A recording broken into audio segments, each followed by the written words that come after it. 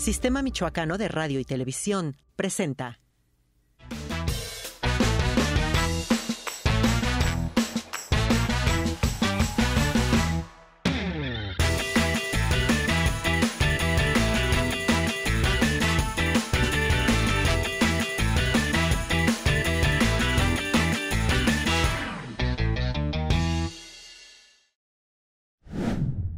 Hola, ¿cómo están? Les damos la bienvenida a esta nueva emisión del Pan de la Conversación. Ya está dispuesto el pan, ya está dispuesto el café y ya estamos listos para iniciar el programa. Este programa creo que va a ser interesante por el tema que vamos a tratar, que no es así muy común o al que uno le entra con mucho cuidado. Y para contextualizar de qué es este programa y después presentar a nuestra invitada, vamos a mandarlos a una breve cápsula informativa para que tengan el contexto completo. ¿Qué tal, Raúl? Sí, efectivamente, yo soy Valdo Arciga y vamos a ver una cápsula sobre este programa porque lo que vamos a ver hoy es más importante que nunca. ¿Quieres hacer...? ¿De plano más importante que nunca? Pues sí, ¿no? Bueno, el de los tacos tuvo lo suyo. Vamos a una cápsula y vamos a hablar de eso. ¿Quieres hacer enojar a un científico? Tan solo dile que el creacionismo es más creíble que el Big Bang. Y lo peor es que resulta cierto. Ese conjunto de conocimientos, técnicas, métodos y herramientas a lo que llamamos ciencia a veces es tan impresionante que parece una gran ficción. Mientras las ciencias pareciera que les cuesta cada vez más trabajo llegar al público general, las pseudociencias ganan terreno para regir en la vida cotidiana de las personas. En 2019, por ejemplo, la Asociación para Proteger al Enfermo de Terapias Pseudocientíficas estimó en un comunicado un aproximado de 1.210 a 1.460 personas fallecidas por terapias pseudocientíficas. Entonces, ¿es quizá este el momento cuando la ciencia se ha vuelto más importante que nunca? Oye, mira, ¿sabes qué, Valdo? Esa cápsula que acabamos de escuchar toca un punto que a mí me parece que va a ser relevante para tocarlo con la invitada, porque la pseudociencia efectivamente tiene un terreno ganado que yo no sé que ya son latifundios. Sí. Es decir, que te curan con imanes o que te acomodan los chakras y todo eso, ¿no? Sí, y aparte pareciera que estas pseudociencias, al utilizar un lenguaje que parece ser científico, aunque no lo sea, de repente empieza como a convencer a las personas y la ciencia o la pseudociencia se vuelve la nueva religión, ¿no? Uh-huh. Porque, por ejemplo, antes de decirle a una persona, oye, ¿tú eres religioso? No, pues muy respetuoso. Ahorita, muchas nuevas generaciones dicen, la religión, no. Religión uh-huh. Fuchi, fuera. Uh-huh. Pero la astrología esa es otra cosa. No, sí, pero cuidado. Pero dime cuál es tu signo. Y los Capricornios somos de cuidado. Sí. Típico de Capricornio. Pero incluso nuestros compañeros del sistema salieron a preguntarle a la gente cuál es su opinión sobre la ciencia y qué es lo que piensan acerca del papel de la ciencia en la sociedad. ¿Te parece si vamos a ver? No, pues me parece bien. A ver qué opina la Vox Populi. Vamos con las entrevistas. ¿Cómo están, Valdo y Raúl? ¿Me acompañan a hacerle unas preguntas a las personas? Claro que es importante, ya que sin la ciencia no teníamos cómo comprobar algunas cosas. Es muy necesaria la ciencia. Para mí es importante. Nos dan a conocer muchas cosas de lo que hay y lo que está por haber. Yo creo que, a mi opinión es la base de cómo empezó todo, ¿no? Yo soy más de ciencia que de religión. Es bastante importante, es pues la base de la explicación de todo lo que existe. Es muy importante porque justamente a través de los estudios científicos, del método científico, encontramos justamente respuestas. Pues posiblemente sí, depende de qué fuentes vienen, de qué científicos, de dónde vienen, con argumentos y posiblemente así. Claro, si son científicos confiables, sí. Pues si tienen fundamentos, sí. O sea, es como de indagar y si quiero saber eso, pues si es verdad, pues yo creo que se puede saber, ¿no? Pues no inmediatamente. Si algo me interesa o me llama la atención, pues hago más investigación para ver. Sí, las tomo en cuenta, sin embargo, también considero que hay algo que es intangible y que a veces los científicos ortodoxos no lo toman en consideración. Al parecer no, están enfocados más en otras cosas. Antes no se le invertía, pero ahora creo que sí, ya se le está invirtiendo. No. No, creo que no. No creo. Hay mucho desvío de recursos que es destinado hacia la educación o hacia las investigaciones científicas y se desvía hacia otros temas. No, pues con el científico, claro. Con un científico. Sí, con un científico sería bueno. Yo creo, pues me gustan los motores, también está bien. Mario Molina. Sí, definitivamente. Mario Molina. Sí. Pues estas fueron las respuestas que nos estuvo dando la gente. Volvemos con ustedes, Valdo y Raúl. Pues ahora que acabamos de escuchar y ver las entrevistas, me sorprende de entrada que todos dijeron que la ciencia era la neta del planeta. Sí. Salvo uno que dijo que pues hay que tener más respeto por los horóscopos. No lo dijo así, pero que no le dio tanto peso. Y que hayan mencionado al premio Nobel de apellido Molina, que se me olvidó su nombre. Mario Molina también me parece alentador, ¿no? A mí también, aunque nadie se dio cuenta que Mario Molina se murió hace 4 años. ¡No! ¿Te cae? Y seguían prefiriendo conversar con Mario Molina en lugar que con Diego Luna. Eso es... a ver si no te metes en broncas por andar... No, pero es que... vacilando a los... me parece curioso cómo esta idea de aparentar sobre yo sé de ciencia, a mí me gusta más la ciencia, que sí, vemos cómo resurge el tema de la ciencia entre la sociedad, pero realmente hay datos que se nos escapan de las manos y aún así seguimos hablando de ciencia como si fuera... Pero ¿a poco no te pasa, nos pasa a todos, que cuando estamos, por ejemplo, en la playa, que es cuando le llegan unas reflexiones ontológicas y afanes hermenéuticos acá supremos, ves el cielo y te pones... Y después de eso, ¿qué hay? Es el pequeño científico que uno trae dentro, pero la explicación pues no existe. O yo no sé si hay una explicación a qué hay después del universo. Sí, fíjate que alguna vez había escuchado que cuando se hablaba sobre ciencia se decía como que la filosofía hace preguntas. La ciencia trata de entender al mundo y la tecnología trata como de controlarlo. Entonces realmente quizá la ciencia no nos dé todas las respuestas porque lo que queremos es tratar de entender el mundo y el hecho de que todavía no tengamos todas las respuestas es lo que lo hace interesante, ¿no? Pues sí, eso que acaba, podríamos decir que fue un silogismo.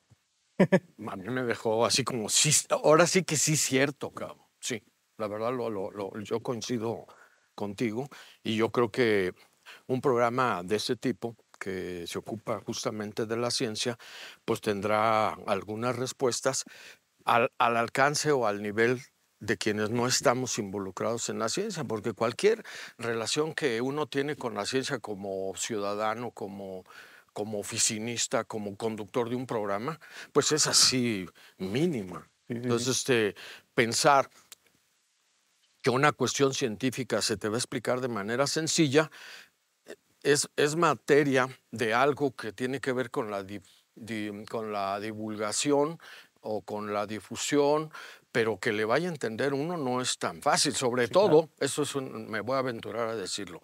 Tengo la impresión que como la ciencia se basa en hechos empíricos, es tan diferente a otra ciencia, por ejemplo, y esa te toca a ti directamente, la ciencia del derecho. Digo, perdóname. Hay científicos y público en general que considera que las ciencias sociales son ciencias suavecitas. Digamos no que ser pues ahora sí que Dios me perdone, pero sí creo que no se pueden comparar una ciencia como la física cuántica, las matemáticas, que ciencias de la comunicación, que el derecho. Cuando dicen ciencia del derecho, a mí me da un poquito de risa y vaya que tengo muchos amigos que son abogados, ¿no? Yo no sé si ellos se sienten científicos. Espero que no tengan esa arrogancia, pero cuando hablan de la ciencia del derecho, digo, deberían meterse un poquito, ya no crees que a meterte a la física cuántica, a explicar cómo se hace una integral. No, ya la integral está difícil. Sí, no, unos quebrados. Me estás hablando en otro idioma. A ver cómo Raúl. se saca el mínimo común múltiplo. A ver. No, me estás hablando en otro idioma, Raúl. Yo te digo, estudié una ciencia suavecita yo también. Sí. Pero fíjate, ¿crees que algún día los científicos lleguen a ser estas superestrellas? Por ejemplo, aquí en México, que conozcamos tanto a los científicos como conocemos a nuestros futbolistas. Pues mira, no, porque lo que pasa es que cuando te metes con el tema de Dios, te recuerdo que Dios ya murió, pero hay vicarios de Dios y en el deporte hay gente muy importante. Ahora, ¿ha habido superstars en la ciencia? Sí. Hawkins y uno que murió, el que era de Cosmos, ¿cómo se llamaba? Carl Sagan. Carl Sagan. Ahora, se necesita que haya este tipo de super science star. A mí me parece que sí, porque se convierten como en íconos, como en referentes, y muchas veces uno quiere ser como ellos simplemente porque los conoce. Y yo creo que en la ciencia no ha ocurrido tanto eso. Sí, porque si le preguntas a un niño qué quiere ser de grande... No, pues yo te voy a decir qué quieren ahorita aquí en Michoacán. Bueno, pero muchos en general van a querer ser, no sé, youtubers o van a querer ser... No sé si todavía los niños se sienten interesados por ser bomberos. Eso era en mi época, Valdo. Sí, ahorita son más como youtubers, gamers. Aunque yo pasé por ser torero. Yo fui futbolista en mi mente muchos años. Luego llegué a jugar en el Bayern Múnich. Ah, mira. ¿Ve? Sí, no, y bueno, bueno. Y era de los buenos. Era bueno. Ojalá que sí llegue los científicos a convertirse en estas superestrellas donde puedas tener un álbum de Panini y ahí metas a tu científico favorito. Pero ahorita vamos a acosar con preguntas, hostigar con preguntas a nuestro invitado de hoy, donde vamos a estarle interrogando sobre estas cuestiones de la ciencia, porque realmente hay mucho tema que hablar sobre esto. No, hay muchísimos temas. Hace rato les comentaba antes de entrar al aire que pasa como con el programa del Mundo según Filomena Kunk, que lo pueden ver en Netflix, sí es en Netflix, que es una chica que habla de ciencia, pero desde el punto de vista de quien no sabe nada de ciencia. Ese es un programa. O sea, nosotros. Sí. Las preguntas que hace la Filomena muchas veces eran las que yo me hacía. Por ejemplo, si en la antigua Grecia había playlist, eso es un tema profundo. Solo para los premium. Sí. Pues bueno, sí. Vamos a tener que ir a un corte ahorita y regresamos con nuestra invitada para empezar con estas preguntas sobre la ciencia. Venga.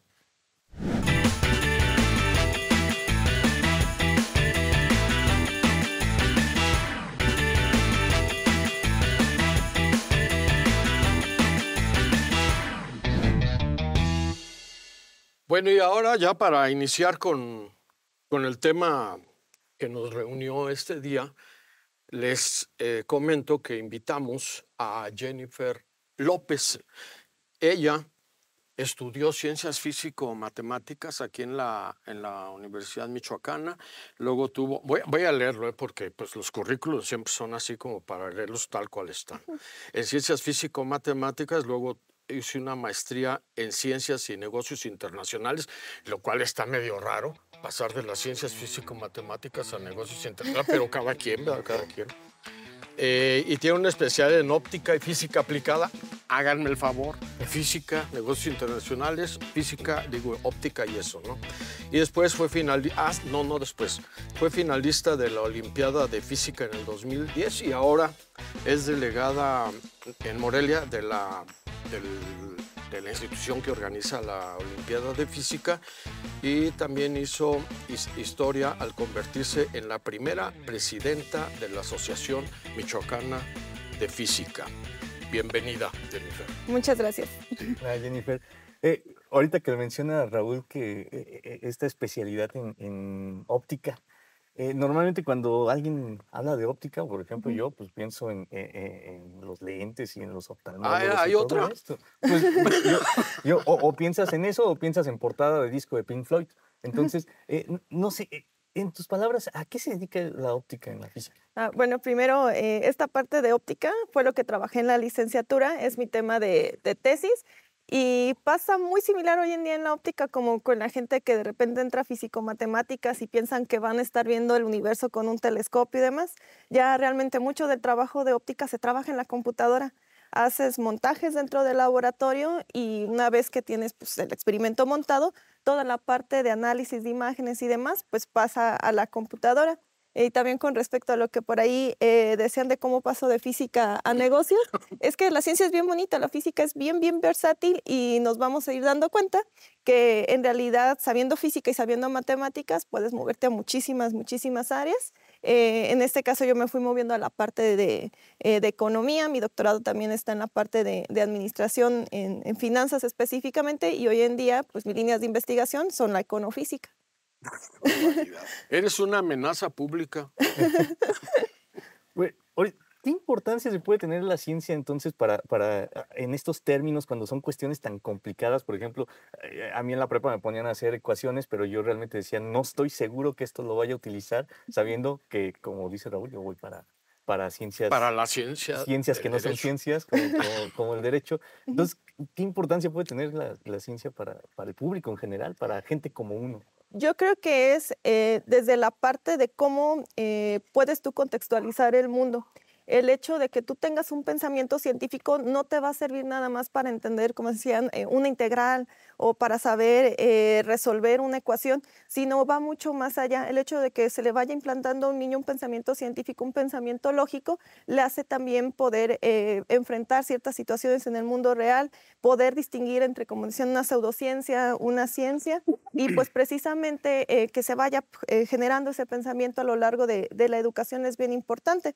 Hablando de cultura científica, yo creo que estoy de acuerdo con algunos autores que dicen que hay tres formas. La parte de comunicación de la ciencia, que es un poquito más especializada. Por ejemplo, cuando nosotros hacemos algún trabajo, íbamos a un congreso o damos charlas especializadas. La parte de difusión de las ciencias, que ya es para un público que tiene ciertos conocimientos, que si nosotros lo trasladamos a términos educativos, pues es precisamente, ¿no? O sea, para tú aprender a resolver ecuaciones en física, pues ya llevaste álgebra. Entonces vas hilándose esos conocimientos y finalmente la parte de divulgación, que es cuando cualquier público puede entender ese concepto sencillo. Y yo creo que en la escuela precisamente hace falta como que vayamos mezclando o ese nivel, modelo pedagógico vaya tomando un poquito de cada uno para que no sea nada más así como que resuelve esta ocasión y ¿por qué la tienes que resolver? Porque si no repruebas. Entonces es ir haciendo conciencia dentro de los estudiantes. Una pregunta, porque a mí me pasó. Cuando estaba yo estudiando y que yo estudié algo que tenía donde las matemáticas eran como eran casi de toda la vida. Sin embargo, pasó mucho tiempo antes de que yo llegara a esta conclusión, que a lo mejor es totalmente errónea. Cuando yo me hacía la pregunta como Baldo, ¿para qué me sirve resolver una ecuación cuadrática? Porque esas son en la prepa. Estoy estudiando cine. Si voy a ser abogado, ¿verdad? Y conforme pasó el tiempo, me di cuenta que la poca habilidad, porque nunca tuve mucho para las matemáticas, de resolver ecuaciones, me daba una especie de razonamiento que hasta la fecha creo tener, aunque los programas demuestren lo contrario, como coherente. Es decir, los pasos son 1, 2, 3, 4 y te permite ver una situación de la vida cotidiana con una perspectiva ordenada que normalmente no pasa cuando uno lo hace siempre especulativo, aunque hay que decir que ahora lo que es la rifa es lo especulativo. ¿verdad? ¿Sí, estoy bien o la regué? Sí, no, de hecho, eso es precisamente lo importante, comenzar a tener, o sea, desde que tú tienes una situación, comenzar a analizarla justo con el método científico, ¿no? Comienzas viendo qué está pasando, llegas a una serie de hipótesis y posiblemente a unas conclusiones dependiendo cómo se vayan desarrollando pues ciertas cosas, ¿no? Precisamente hablando, por ejemplo, de que hoy en día las pseudociencias y diferentes creencias están por todos lados, tú dices, a ver, me estás hablando con un lenguaje científico, pero en realidad no me estás diciendo nada. Entonces, el hecho de que las personas en general puedan distinguir, que los niños precisamente y niñas puedan distinguir lo falso de lo verdadero es bien importante. Entonces, ir implantando ese tipo de pensamientos, de ese razonamiento lógico de me voy por pasos, analizo la situación y llego a una conclusión es bien, bien importante. Y más que nada cuando a los niños se les desarrolla un pensamiento mágico desde pequeños, ¿no? Por ejemplo, ya es horario de noche, ya los niños no deberían ver este programa, que se dicen que los Reyes Magos, o que Santa Claus, o que o que las sirenas existen y todo esto, y ir desarrollando un pensamiento mágico sin que haya una explicación tal cual, como que nos hace que de adultos nuestro símil de los Reyes Magos es la homeopatía, ¿no? Sí. Fíjate que hay... De plano eras ese. Es que debería ser nuestro peor enemigo. Hay mucha gente que muere por causa de medicamento homeopático. Y justo que mencionas sobre la comunicación de la ciencia, de repente hay situaciones donde los mismos científicos no quieren a los comunicadores de la ciencia porque dicen, ¿cómo va a venir un periodista que no estudió una carrera en ciencias a hablar sobre ciencia? O bien lo contrario, ¿no? Que dicen, si un científico se dedica al periodismo es porque no pudo hacer ciencia. ¿Qué papel crees que juega en esto? ¿Sí hay este desprecio entre la comunidad científica? Yo creo que sí es importante distinguir divulgación de investigación. La divulgación, yo puedo tener bastante carisma para hacer videos en TikTok o en YouTube y explicar un concepto científico y explicarlo adecuadamente, ¿no? Hacer mi animación y todo esto por el estilo. Sin embargo, que tú entiendas un concepto de divulgación no significa que necesariamente puedas aplicar ese concepto a un plano de investigación. ¿Por qué? Porque realmente la divulgación está pensado para que lo entiendas. Ese concepto que estés informado de lo que está pasando.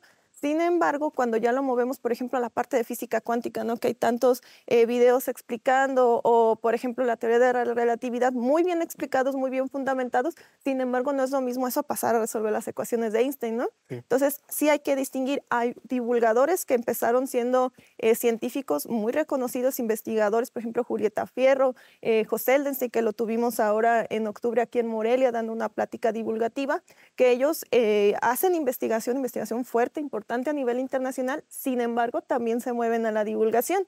Y hay otras personas que en realidad nunca han hecho investigación o se retiraron hace tiempo y ya únicamente se dedican a la divulgación. Yo creo que es importante que se haga divulgación independientemente de la profesión que sea, si únicamente te quedaste con licenciatura, si eres aficionado de las ciencias, siempre y cuando se manejen adecuadamente los conceptos y que sí se marque esa línea de esto es divulgación y esto es investigación.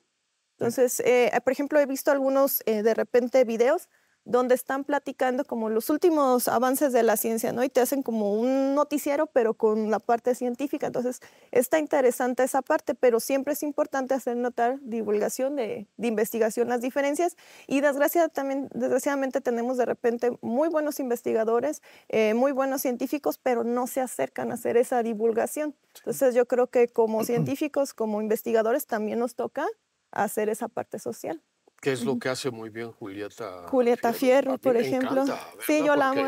Se sube a la mesa, actúa todo, es divertidísimo. Sí, aquí en Morelia, porque en tu currículum viene que has hecho la divulgación de la ciencia siendo científica y que el asunto de la divulgación es importante. En Morelia hubo hace algunos años una persona que se dedicó muchos años a la divulgación de la ciencia. Te lo comenté antes de entrar al aire, pero bueno, sí son referencias ya que son de hace mucho. Ella se llama Alejandra Zapovalova y ella durante muchos años se dedicó a divulgar la ciencia y andaban en la calle con camiones para hacer, y adentro hacían experimentos.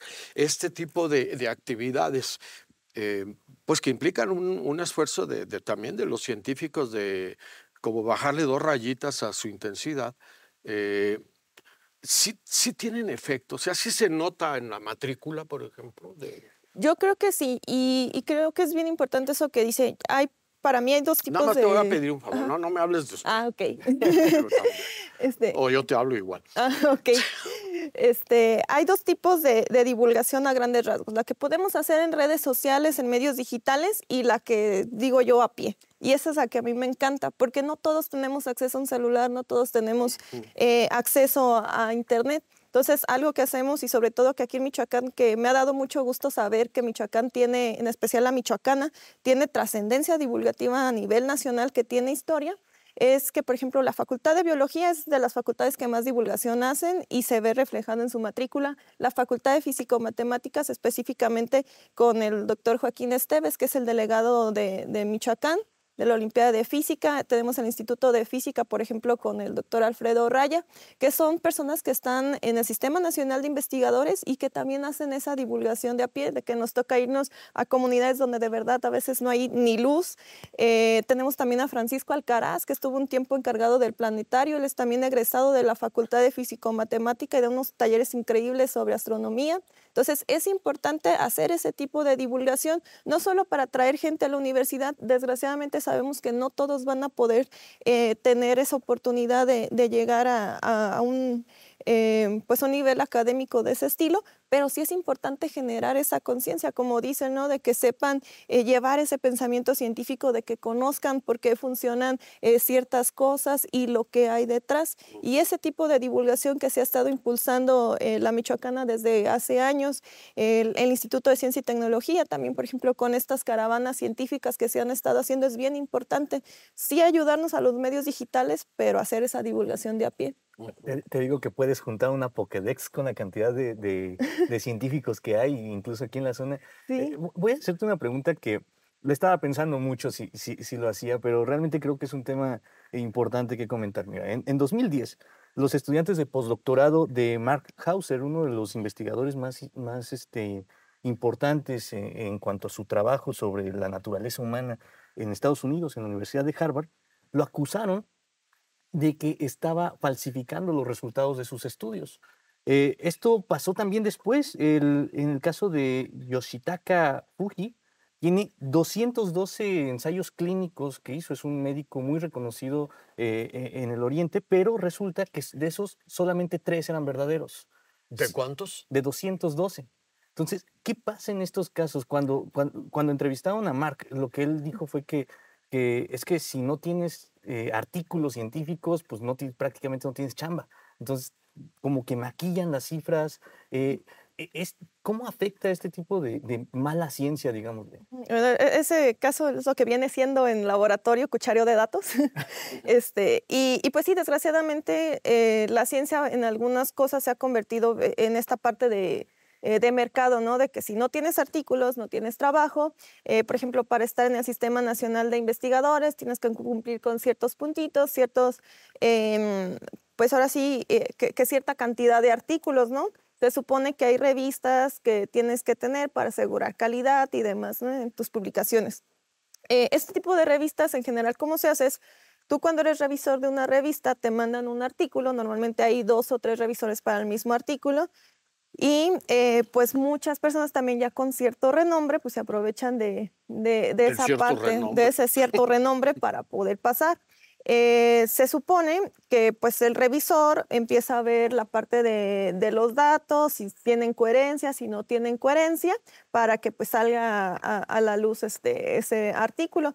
En algunas revistas, por ejemplo, si son 3 revisores, los 3 tienen que estar de acuerdo, en otros es por mayoría, hay algunas revistas que es solo un revisor, pero en ese caso, por ejemplo, que me hablas de estos estudios clínicos, pues sí es un poquito difícil, ¿no? De repente replicar los resultados como para decir que son reales o no en el sentido del revisor. A veces cuando es una ecuación, lo metes a algún programa y ya pues, te das cuenta que sí está correcto o no la solución que te dan. Y pues sí, desgraciadamente yo creo que esta parte de publicar artículos, lejos de muchas veces querer realmente generar conocimiento nuevo, de dar a conocer lo que estás tú estudiando, pues se convierte en un mercado. Bueno, no tomes esto como un acto de censura, Jennifer, pero tenemos que ir a un corte y enseguida regresamos para seguir platicando de este tema.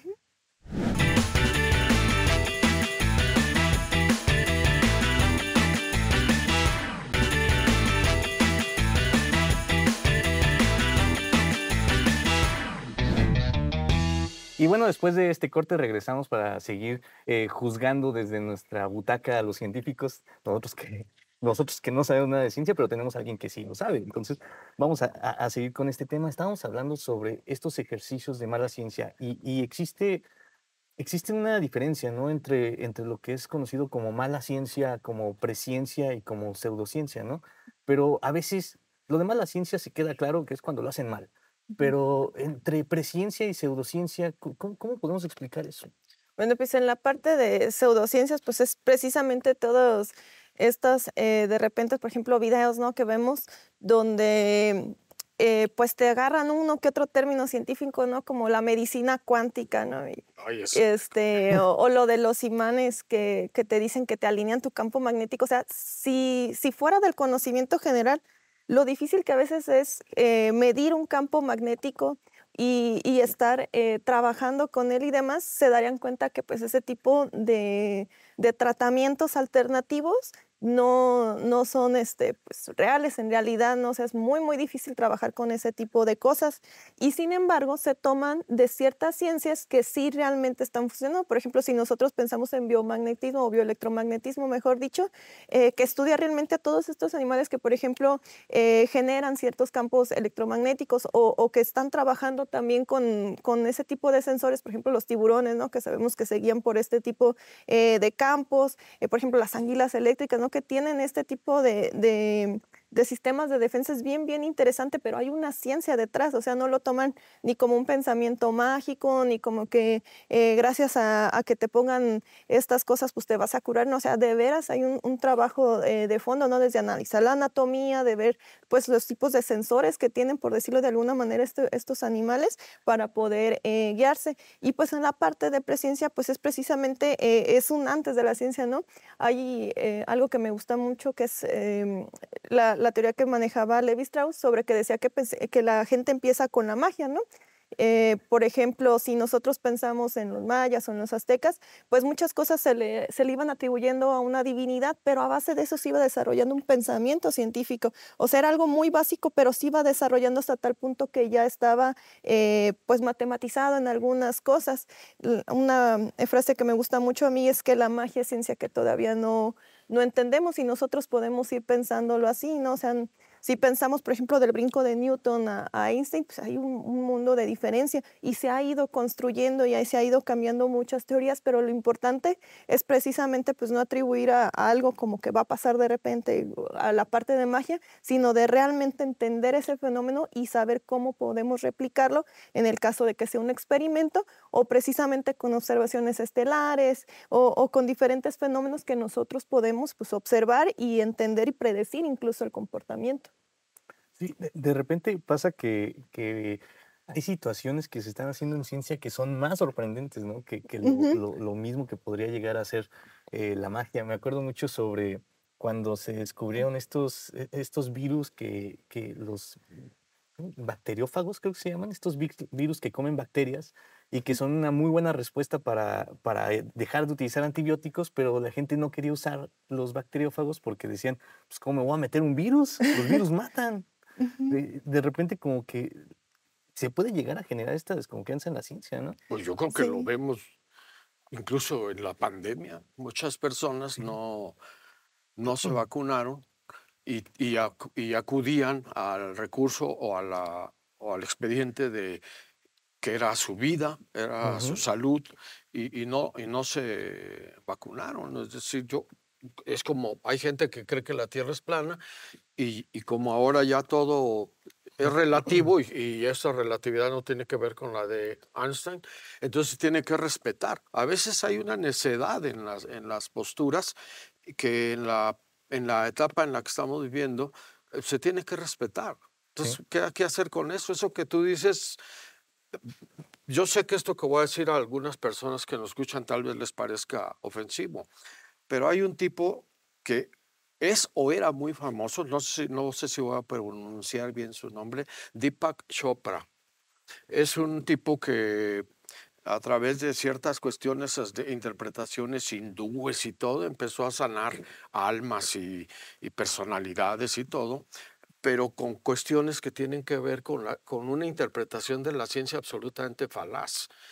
Y antes de venir al programa, ayer en la noche me metí a ver un video de un tipo que se llama Manuel Sanz Segarra, es un español. Y cuando vi su video, tiene un currículum científico impresionante y él está dedicado como a la medicina cuántica y a resolver los problemas de la mente y todo con esta pseudociencia. Pero él es un tipo, a juzgar por su currículum, de verdad calificado. O sea, ¿qué hacer con este tipo de cosas? Porque finalmente, pues ya no se puede decir vamos a prohibirlo, ¿no? Pues es que yo me di cuenta que, por ejemplo, durante la pandemia, muchos científicos decían cosas, se equivocaban. Los científicos incluso. Pero es interesante porque, a contrario de las pseudociencias, los científicos no tienen miedo a decir, pues, no sabíamos esto, nos equivocamos, vamos a hacerlo de otra forma. Mientras que pareciera que los pseudocientíficos buscan otros caminos para justificar. Me pasó, por ejemplo, ahorita está muy de moda la grafología aquí en México, y por figuras públicas, se me fue el nombre de la chica, pero por figuras... Centeno se apellida. Marifer Centeno. Marifer Centeno, sí. Es muy simpática, no vayas a hablar mal de ella. No, sí, claro que sí, pero lo que defiende es absurdo. Tengo un amigo que incluso perdió un trabajo por la grafología, porque le hicieron firmar... Espero no haya sido una hoja en blanco, pero le hicieron firmar y decían que la firma revelaba... Dieron pagarés. A ver otra vez, a ver cómo te sale. Quizá no es la grafología el culpable. No, le hicieron firmar y con base a la firma dedujeron que él era un muy mal trabajador, que era irresponsable, aunque no tenían evidencia de eso. Y cuando te dicen que pueden diagnosticar a la gente o te pueden descifrar tu conducta sin conocerte a través de una firma, pues sí parece un poco absurdo. ¿No los ven ustedes desde la ciencia como pobres tontos? Es que nosotros a ustedes sí los vemos como de otro mundo. Es que yo creo que hay que saber distinguir bien, por ejemplo, que tú seas científico, que tengas un doctorado en cierta área, no te hace experto en todo. Por ejemplo, yo cómo voy a poner a opinar sobre las diferentes metodologías que utilizaron para las vacunas cuando no tengo ni idea. Puedo leerte el artículo, tal vez puedo entender lo que hicieron, pero no es mi área.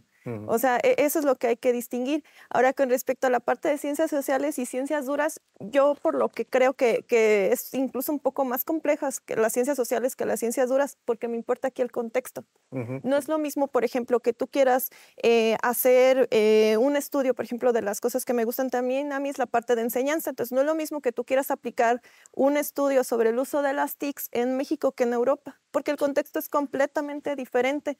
Entonces, no porque apliques una prueba por el estilo, significa que los niños de México sean tontos y los de Europa sean un genio, sino que el contexto me va a importar. Entonces, es precisamente que no puedes como que sistematizar, o por lo que es complejo, decir, ok, todos funcionan así.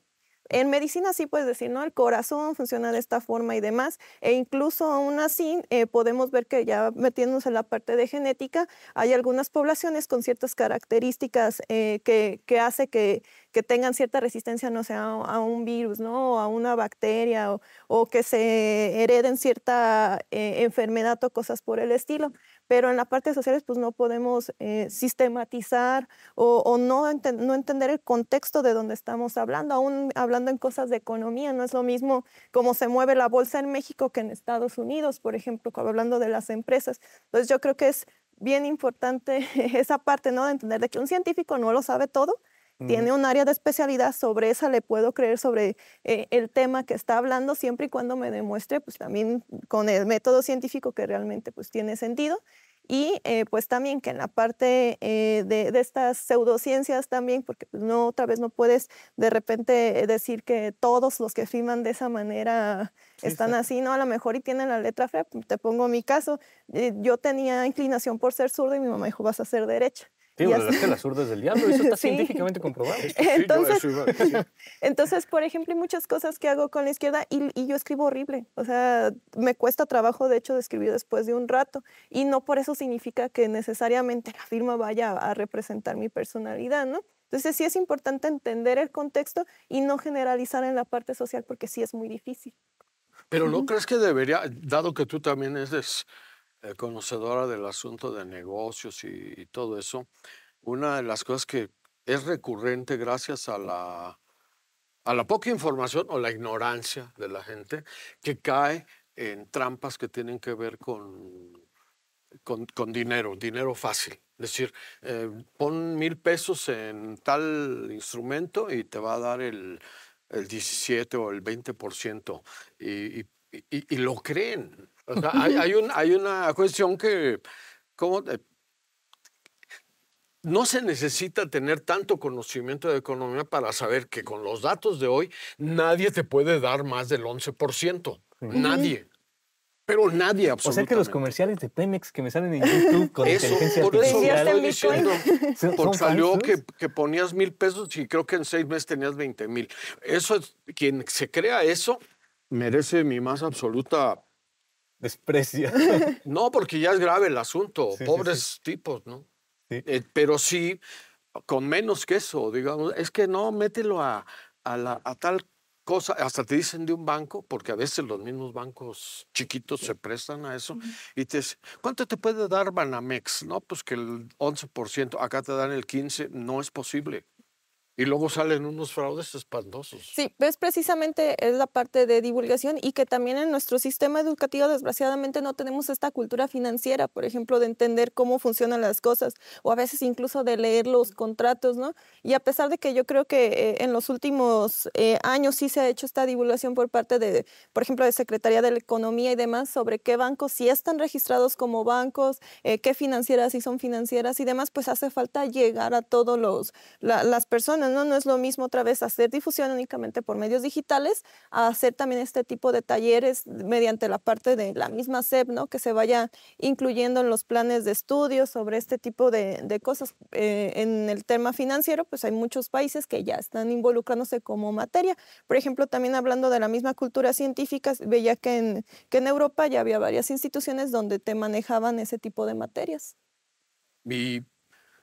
Mira, antes, porque andamos con un nuevo formato de 3 bloques y no le calculo bien, pero a mí me interesa saber, cambiando un poco de tema, esta cuestión de las Olimpiadas de física y de todo eso. O sea, Olimpiadas quiere decir que son competencias, obviamente. ¿Y cómo funciona este asunto? Porque estás muy dedicada a eso. Sí, yo creo que de las cosas que más disfruto, las Olimpiadas de Ciencias en general, porque tenemos de física, de química, biología y de informática, que son como que las fuertes aquí en el estado.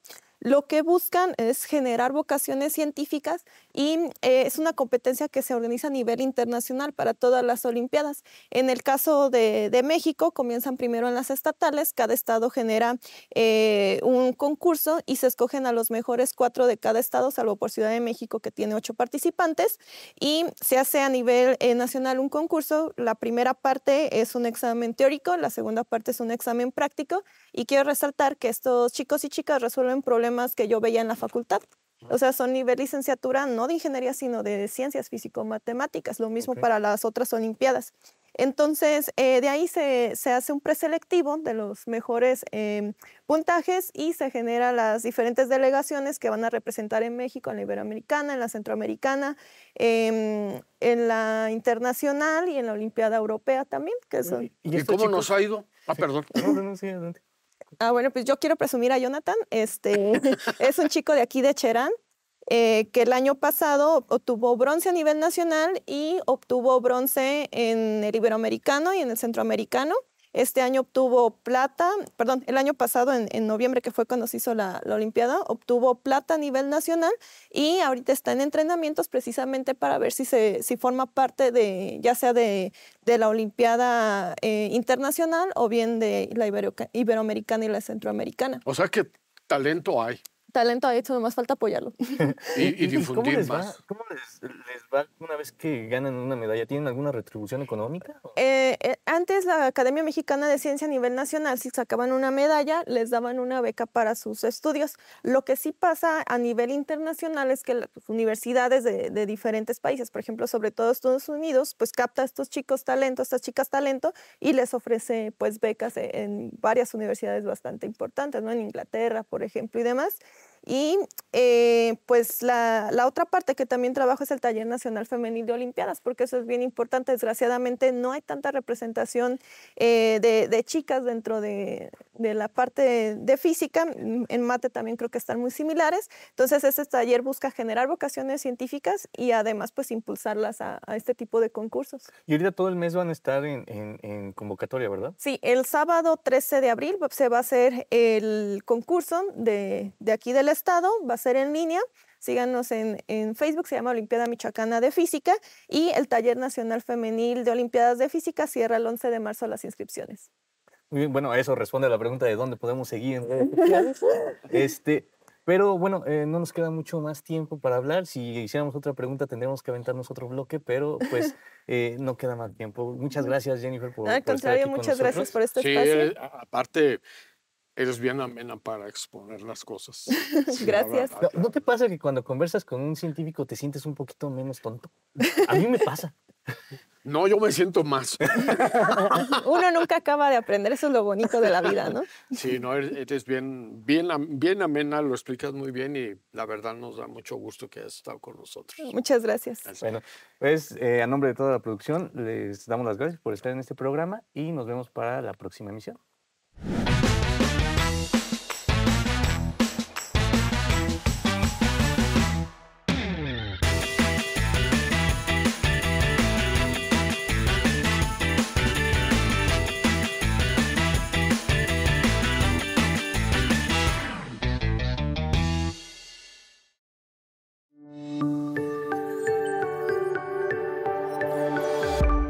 Sistema Michoacano de Radio y Televisión presentó